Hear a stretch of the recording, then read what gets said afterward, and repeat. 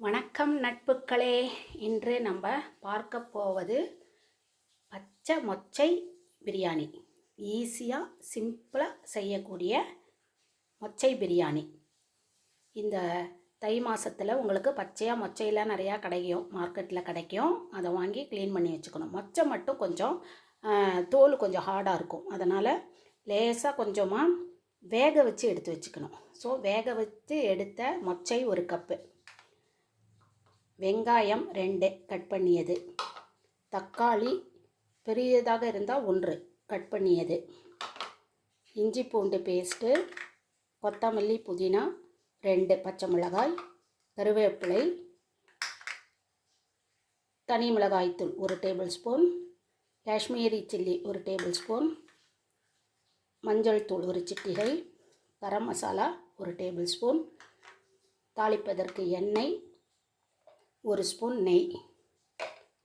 இது அரிசி நான் ஒரு 20 நிமிஷம் ஊற வச்சு வடித்து வச்சுருக்கேன். நான் கொஞ்சம் தான் இன்றைக்கி எடுத்திருக்கேன். இந்த டம்ளரில் 1 டம்ளர் அரிசி ஊற வச்சது. இதில் 1.5 டம்ளர் தண்ணி, அதுவும் ரெடி பண்ணி வச்சாச்சு. இப்போது அடுப்பை பற்ற வச்சு குக்கரை வச்சிடலாம். அடுப்பில் குக்கர் வச்சுட்டு கொஞ்சம் நெய்,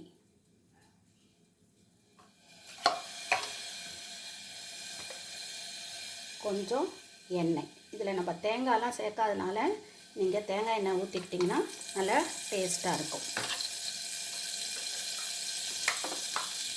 தாளிப்பதற்கு இந்த கரம் மசாலா, அப்புறம் தேவையான அளவு உப்பு இதெல்லாம் வச்சுருக்கோம். தாளிக்கிறதுக்கு இந்த கரம் மசாலாலாம் போட்டுருவோம்.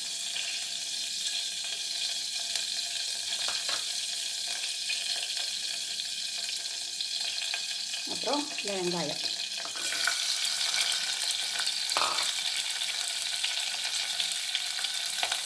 வெங்காயம் வதங்கும் போதே கொஞ்சம் உப்பு போட்டுட்டோன்னா சீக்கிரம் வெங்காயம் வதங்கிடும். அதை கொஞ்சம் உப்பு போட்டு வெங்காயத்தை நல்லா வதக்கிடணும். வெங்காயம் வதங்கினதும் தக்காளி போட்டுக்கலாம்.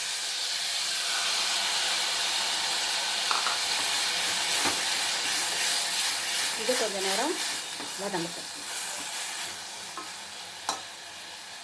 தக்காளி வதங்கினதும் இந்த வேக வச்ச மொச்சை அதுலேயே கொஞ்சமாக இஞ்சி பூண்டு பேஸ்ட்டு போட்டு நல்லா கலக்கிடலாம்.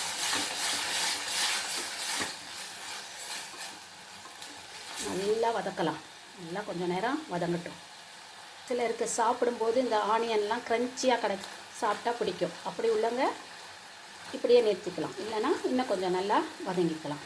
இப்போது இதிலையே மிளகாய்த்தூள், தனி மிளகாய்த்தூள், நம்ம பச்சை மிளகாய் போட்டிருக்கோம், அதனால் தேவையான அளவு காரம் உங்களுக்கு எப்படி பிடிக்குமோ அதுக்கேற்ற மாதிரி போட்டுக்கிட்டிங்கன்னா போதும். தனி மிளகாய்த்தூள், காஷ்மீரி மிளகாய்த்தூள், கரம் மசாலா தூள், மஞ்சள் தூள் எல்லாம் போட்டு நல்லா ஒரு கலக்கலாம். கலக்கிட்டு பச்சை மிளகாய், கொத்தமல்லி புதினா, கருவேப்பிலை, எவ்வளோ கருவேப்பிலை இவங்க வாசம் பிடிக்குமோ அதுக்கேற்ற மாதிரி நீங்கள் கருவேப்பிலை போட்டுக்கலாம். போட்டு நல்லா ஒரு கலக்கிடும்.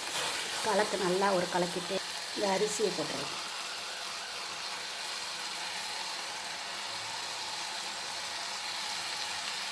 அரிசியை போட்டு நல்லா ஒரு கலக்கிட்டு இந்த தண்ணி வச்சுருக்கோம் இல்லையா, தண்ணியை ஊற்றிடும்.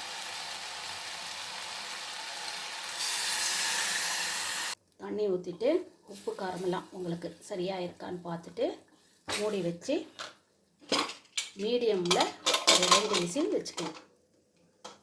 வச்சுட்டு ஆஃப் பண்ணினதும் உங்களுக்கு எப்படி இருக்குன்னு காமிக்கிறேன். விசில் அடங்கிடுச்சான்னு பார்த்துட்டு, விசில் அடங்கிடுச்சு. இப்போது மொச்சை பிரியாணி எப்படி இருக்குன்னு பார்க்கலாம். மொச்சை பிரியாணி ரெடி.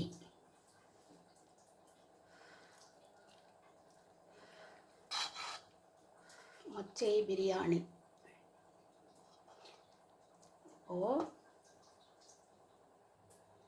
மச்சை பிரியாணி ரெடி. நீங்களும் இதே போல செய்து பார்த்து உங்கள் கருத்துக்களை தெரிவியுங்கள் மக்களே. நன்றி, வணக்கம்.